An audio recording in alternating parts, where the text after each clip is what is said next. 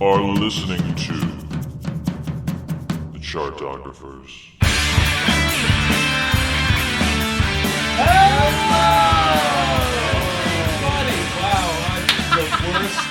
The worst chorus of voices I've ever heard in my life. Can we do that one?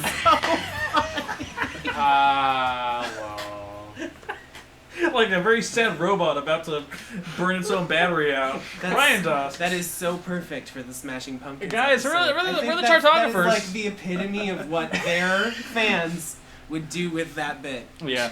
So we're the Chartographers. This is the Happy Hour Minisode. In case you haven't heard already, we're very much into the Happy Hour part of it. Guys, we just went ahead and we ranked the entire Smashing Pumpkins discography from worst to best, and it was an epic journey with lots of debates, and I'm really glad it happened. I feel defeated. You should. You should. Number Very one defeated. wasn't Yes, chosen. It was horrible. You Well, mean my number 10 wasn't. well, you're saying your I Am one wasn't chosen? I feel like we shot down Will a couple times. I know. I felt bad, but his opinions were wrong, so I had to had to do that. Zeitgeist is an excellent album. Wait, did you just say that out loud in front of humans? It was better than the other two. Better than Melancholy. Guys, so listen, it's me, Evan Sadi, it's the co-creator, Taran O'Reilly, it's special guest Will Cwik, and less so special guest Ryan Doss. I'm sorry. Fuck you too. I love you too, Darcy. Anyway, yeah, we just went ahead and we ranked the entire Smashing Pumpkins discography, worst to best, and guys, we're going to start out the Happy Hour Minisode. This is, again, we ranked it, so we're just going to kind of freewheel. Re-rank it? What? Re-rank it? Yes, in Will's personal order. Well, Ryan has a list ready, but here's the important thing we're going to do. First thing Adoree's the best album! Ryan literally checked his list during the podcast. Multiple and I almost times. smacked it out of his But we didn't, because we love Ryan. I'm happy that you notebook didn't. of Yeah. I thought it was being covert.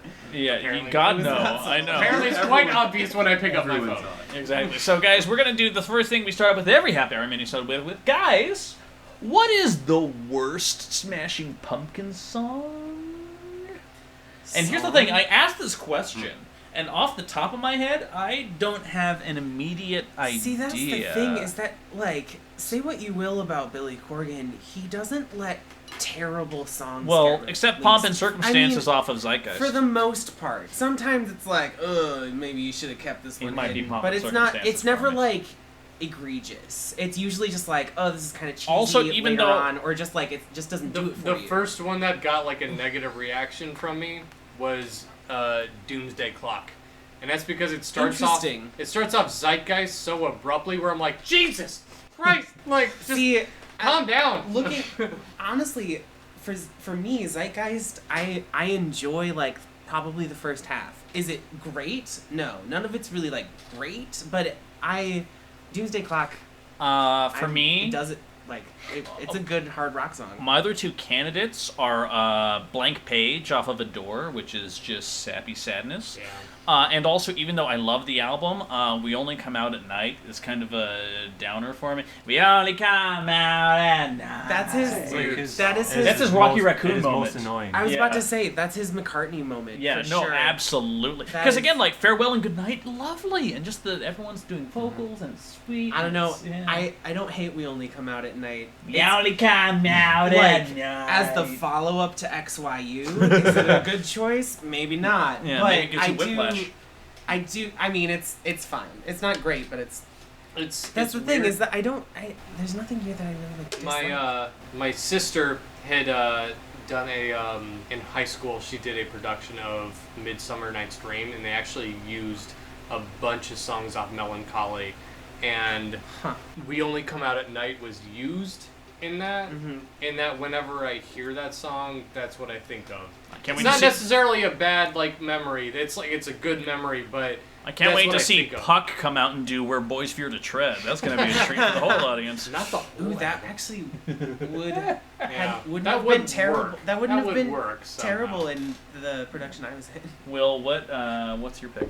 You can use B-sides too. We don't have to do album tracks though. Take your pick. Yeah, which song? Yeah, say Tiberius. Get it over with. You bastard. I mean, You son of a in bitch. that line of thought, I would if I say- could remember what it sounds like. I would maybe say "Run to Me." Forgotten Country off of Run Zeitgeist. to me.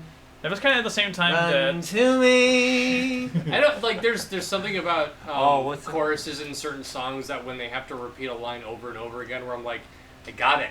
Yeah. Cool. Got it. No, no, Why no, are you Great, still yeah. repeating That's- this and that's- goddamn line? That's what I- totally. That's Yeah. how all of these last Will? albums. Well, that's what I found with Tear Guns to Kaleidoscope. He would just repeat the same lines over and over Yeah. and over again. Except Tom This is a Tom. song for my son. This Tom is a Tom song is for my badass. son. That's this what is a song for his I son. liked Tom Tom. I don't know. It's like some of them are just repetitive. I felt that way too, and that's what made me think of like lesser rock bands. Like Yeah. when I said Decemberists and Arctic Monkeys, as much as I like those bands, they're definitely not on the same songwriting level as like Melancholy and Siamese Dream. I liked Monuments to a Dream though because it was kind of like an abbreviated album where I'm like every single album that they put out before was well over 50 minutes. Mhm. This was 30. I'm like, oh, it's the little appetizer. It kind of honestly, in the scheme of Pumpkins albums, it kind of feels like an E EP. Yeah. Yeah, and I kind of like that Yeah. part of it too. Okay, so can we talk about the big issue though, the one that's defining all of us? And listen, I know it might be controversial to some, but Jesus Christ, Zwan is a fucking amazing album. I'm just gonna put that out there. I love it a lot. It's love a it lot a better lot. than the solo album that he did. Future Yeah. Embrace. Yeah. I which for was me, rough. if like.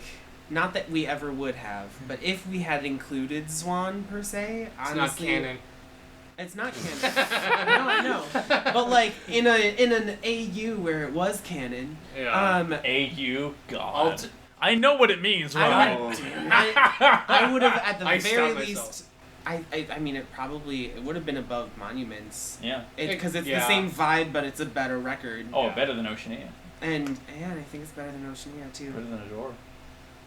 And I'm still proud of that sticker on my Is iPod. it better than Adore though? Yeah. It's still It's better here's, than- again. Is Billy to be being fair, optimistic? I knew we weren't talking about it, so I didn't listen to it very much. Oh, I love But- it. It's like, I feel like, Yeah. again, it's Billy being optimistic, and I feel like he got chided a lot for that, and I don't really care, because I'm like, Billy optimistic, he writes great fucking pop hooks. He does a song called Baby Let's Rock, and it's like, do it, Billy, you do you, babe, and that's like, I it was didn't love that totally- one. That's fine. But then he also does a 13-minute song called Eye of the Morning. I did like that one. Yeah, this like, That it's was like pretty that's a good. 13-minute song that actually works Yeah. and builds, and it's like, shit, son. Yeah. Also, briefly need to talk about the. Okay, so there's this documentary called "If It All Goes Wrong" about that time between after it Billy does. broke up the band and then he reformed it in 2007. It did go wrong. Oh my Yes. god! Because he's just like, I'm gonna be like kind of a Dylan-esque songwriter type person. You sounded vaguely British there for a second. I feel like Billy can almost do that.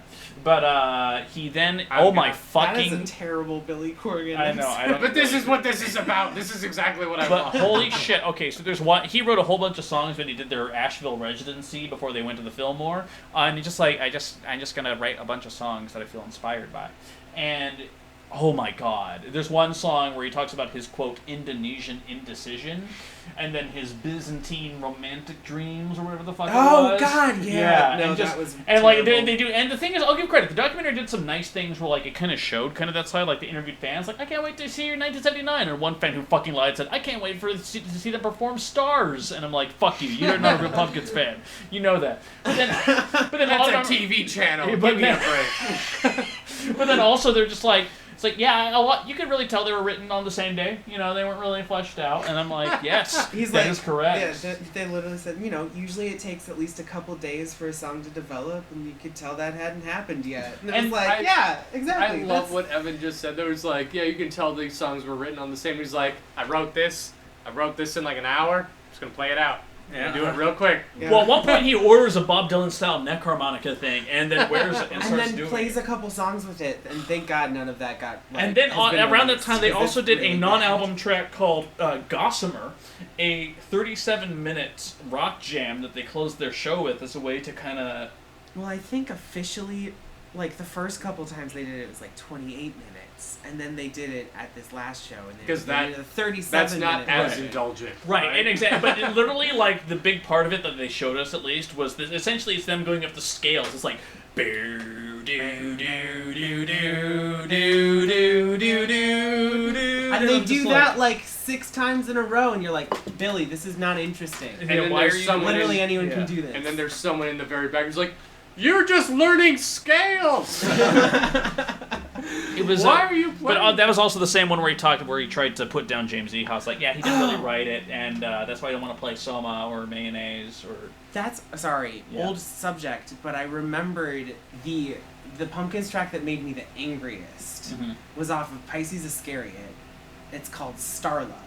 It's 11 minutes long, and the first 6 minutes are like great, and then he just does the like. Then the ending is basically just scales again, but like the full chords, and they sustain each note for longer. And then he just does the like thing for like 5 minutes. Yeah. But that also has their the worst. cover of Landslide, which I actually really like. I like his cover of Landslide. That like really hurt my. Take a break. Yeah. Take a break. Oh, Exactly. man. Will, what's your favorite obscura piece of Smashing Pumpkins album, CD, single, whatever thing that you own? B-side? Is Or that the whatever. phrase you're looking for? Yeah, or like, I mean, he could own Zwan, he could own the Jimmy Chamberlain Complex, he could own a James Iha album or a Melissa Oftermar album, or, you know. I do not. You do not? Okay, fantastic. Super into that Batman and Robin song. Which they used No. better during the soundtrack, too, or Beginning the of the trailer end for of the Watchmen. beginning of the end. I don't know what it's called. I think the Did they do the Gotham B-side City? was beginning of the end of the beginning. Something I like think. that. Yeah, that great Batman and Robin soundtrack. Let's not forget that was a classic for the ages. Never- Side never note: the forget. Batman Forever soundtrack, Flaming Lips were on that one. That was awesome. I dug that. That was pretty cool. Really? Yeah, they did Bad Days. That was when they went to Edward Nigma's apartment. And then your bad days will end. It's very Beach Boys harmony. You, kind of whatever. You just blew my mind there. A little bit, exactly. Never Remember forget during that. Machina, when they did the Stand Inside Your Love video, and Billy's like, "All right, everyone, we're gonna be all wearing dresses. How does that sound?" And they all wore these black dresses. Yeah. That happened. What happened? It's not just the dresses in that video. It's the whole Machina time period where he was wearing the tunic Yeah. and all that stuff. Why did that happen? I honestly think that he was trying to have his like his India moment. He was gonna. Like He would pray to Melancholy Kabbalah was Monster. his White Album moment, Uh-huh. and like I definitely saw a couple times in his career. I was like, oh, you so wish you were John Lennon. You Yeah. really wish you Yeah. had been. Like his ego is so big that it's to the point where I'm like, you wish you had been born before John Lennon, so that could Legitimately. have been you. Yeah. He does a In a couple weird of way, those he still weird- kind of gets like his wish. So I mean, Yeah, he is actually. kind of treated in that level, isn't Yeah. he? Yeah. But Will, didn't you actually get the Future Embrace? I did. Yeah. Yes. I got this one. and Walk Future us Embrace. through the Future Embrace, just real quick. You know, I listened to it And cried. a little bit, and then I just gave up on it.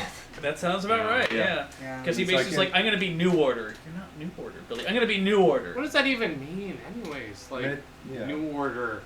Yeah. Like you're trying to do something different. I get it, but like Stop. Just stop. More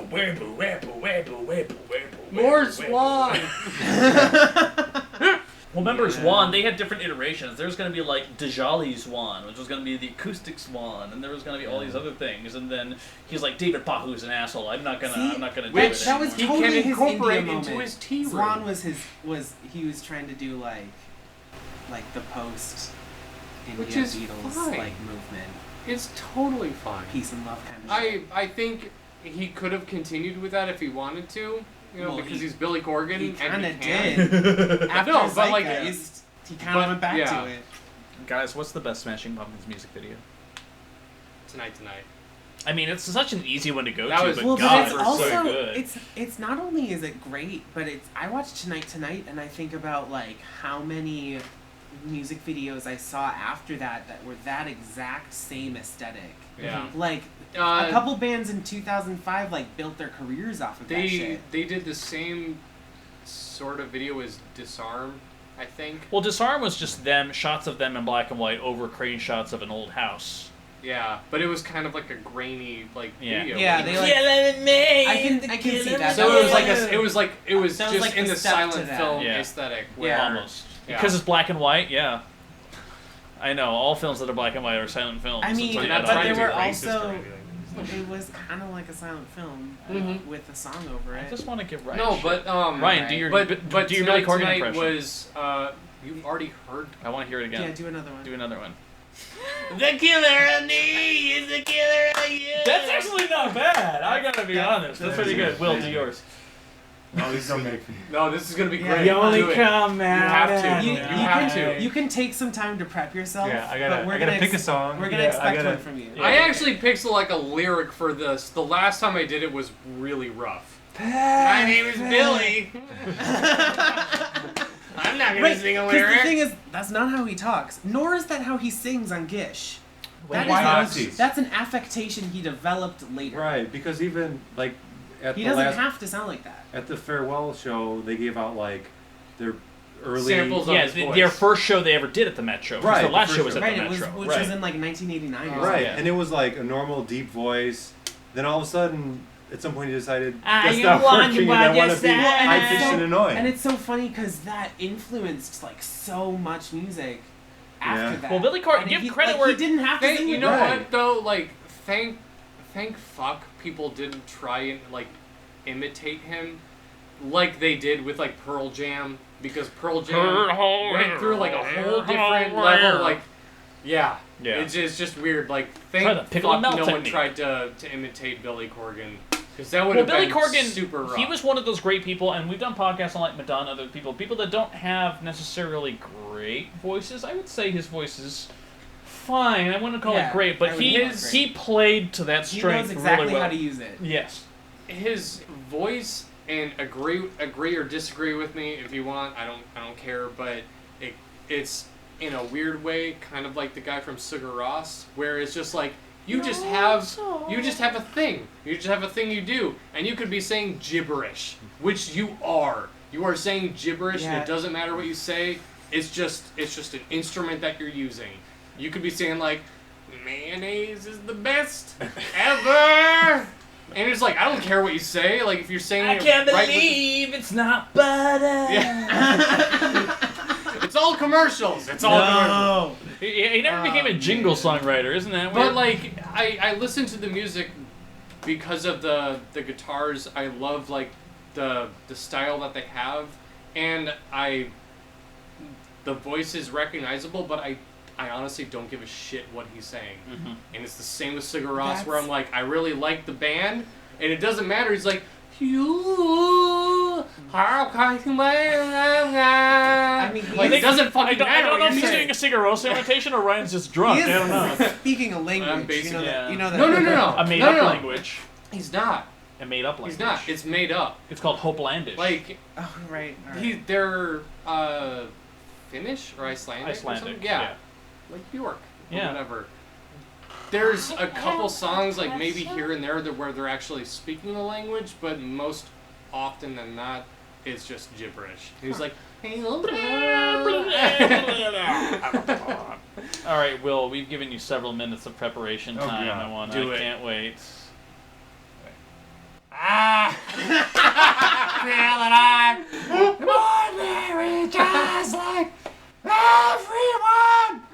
It sounds more like Gollum than Billy Corgan. which But is they're not still too far apart. Which is still about right. Right. Because I feel like when Billy is talking about his music, he's like, Well, You lost it. I know, and I loved it so much. That was Thank you great. for doing that. Well, because also keep in mind, Billy Corgan, like, again, he said before Siamese Dream, he said he was going to break up the band unless it was the biggest band of all time. But then after Melancholy, they got a Grammy nomination for Album of the Year. They got MTV Video Music Award nominations for Tonight Tonight. Like, they got everything. which we all know how much MTV Music Video Awards amounts to. Listen, you don't know. DNCE are the greatest band that have ever come out of all time. They're not. It's fine. Taran's And sad. judging every single comment that you are making right I know. I know you love Joe Jonas. Who's your favorite Jonas brother? Ryan. A dead one. Oh God! The one Now Nick suddenly I'm on murdered an in the FBI womb. watch list. Exactly. Yeah, I mean, the FBI is like, well, you know, maybe we'll give him that. That's fine. Yeah. Have you guys have either of you seen the Pumpkins live? Yes. Yeah. Oh, No, mine was their farewell tour in 2000. That was the Yes. first and only time. same tour? First and only. I saw them at the United Center and the Metro. Yep. I didn't see him at the Metro. I Wait, saw were him you at the United last Center. show? The last show, yeah. You were at the last I show? was at the last show. What? That's awesome. How come I never knew this? That's why I texted you. Well, I didn't text you the Smashing Pumpkins Pumpkins poster from the Metro. Right. But I was at the The Metro Zwan on one, Wednesday. yeah. I sent you the Zwan one. Exactly, but But you I were w- at the Final Pumpkin show. Yeah. Wait. Okay, hold on. Wait. This changes everything I know. Everything changed. All right, so because I remember the last show, it was a four and This a is wasn't- from the Metro. Shut up. It wasn't 4.5 hours that they Yeah. did that show, right? And they had like a girl come out on stage with a different cue card of like Act 1, Act 2, or yeah, I whatever. remember Yeah, that. exactly. Ella wrestling. And I remember that he also he was still wearing the dress. He He had was the wearing- silver dress thing at the Yeah. time I think too. he like wore a black one or a white one, and they switched to the silver. He towards had the costume end. Yeah. changes. Right. So walk us through it. What was your favorite moments, least favorite moments, or was it just all awesome? It was all pretty awesome.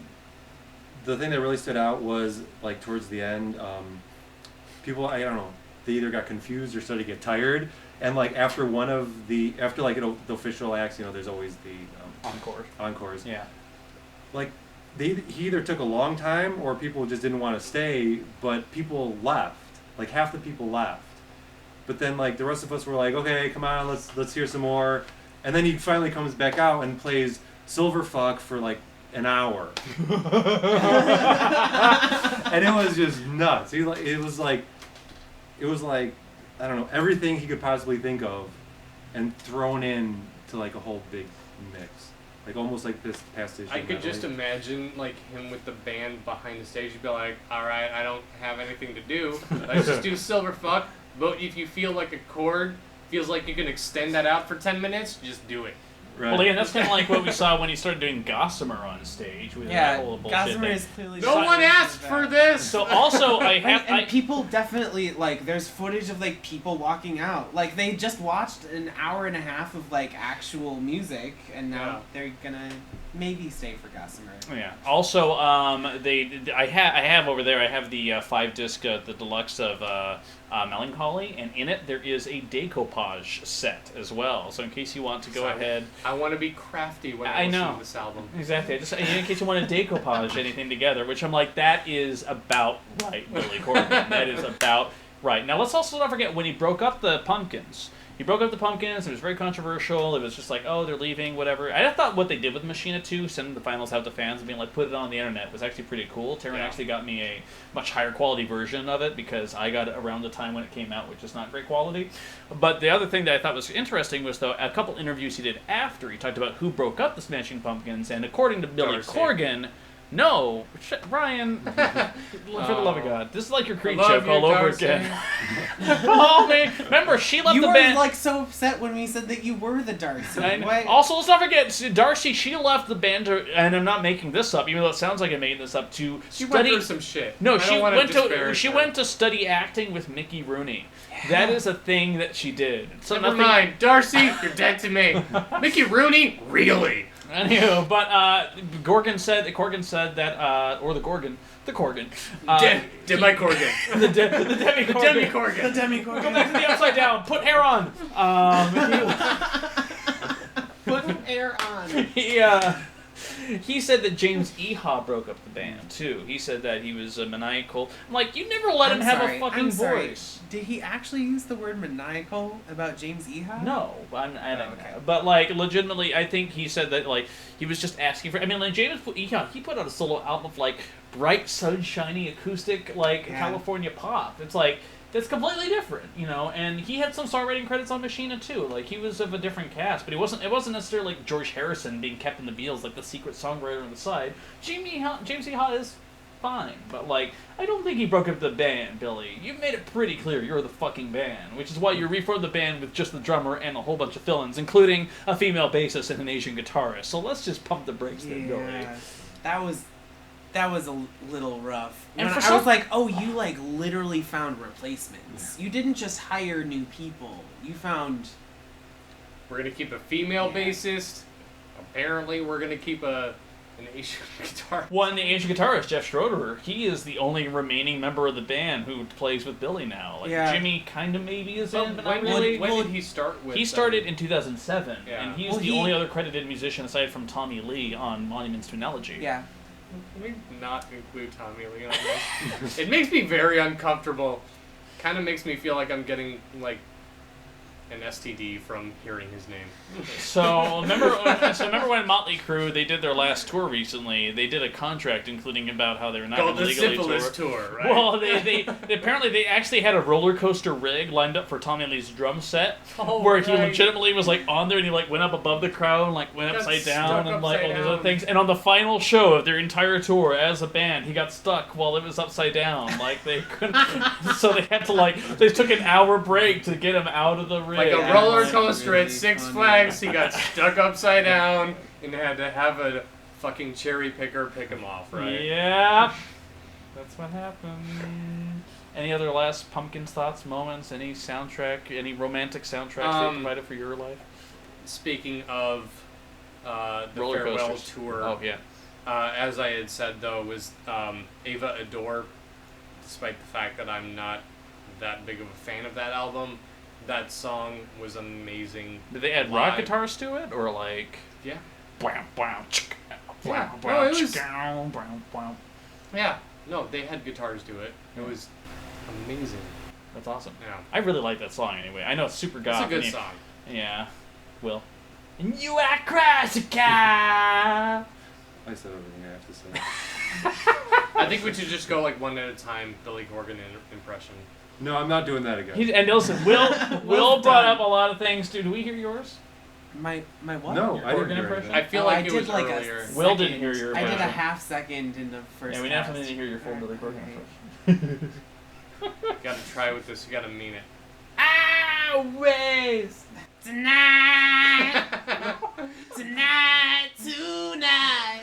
That's really not bad either. I'll give credit to that. Will's is still my favorite though, by like a legitimate mile. What I love about the impression though is that it's like, you have to make it as whiny as possible.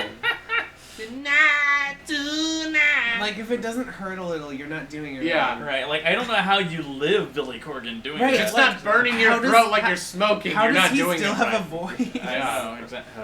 What to say, man. Especially after touring like he does. It's permanent. I assume he vapes. I would believe. So Maybe. Probably that right. being said, He guys, definitely vapes. thank you Watermelon. so much for listening to this podcast. We really appreciate it. I want to thank our guests. I want to thank Ryan. I want to thank Will. Thank you guys so much for coming and sharing your Pumpkins knowledge with us this whole time. Lack thereof. Taran. I don't know anything about Thank you this as band. always. Of course. I, Happy New you Year. definitely have the better impression out of the two of us. Let's be real, because mine is just kind of nah. It's just like words and sounds. That was about what I just did. I mean, Let's be real, actually. And in the meantime, listeners, thank you for listening. Comment on the Facebook. We want to hear your stories and moments. We definitely like us on the iTunes and the Intune and the whatever the fuck we're on. I don't care.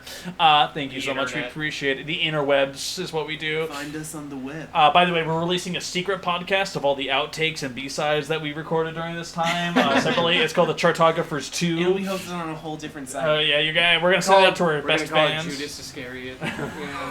You guys, thank you so much for listening. Have a good one. Bye-bye.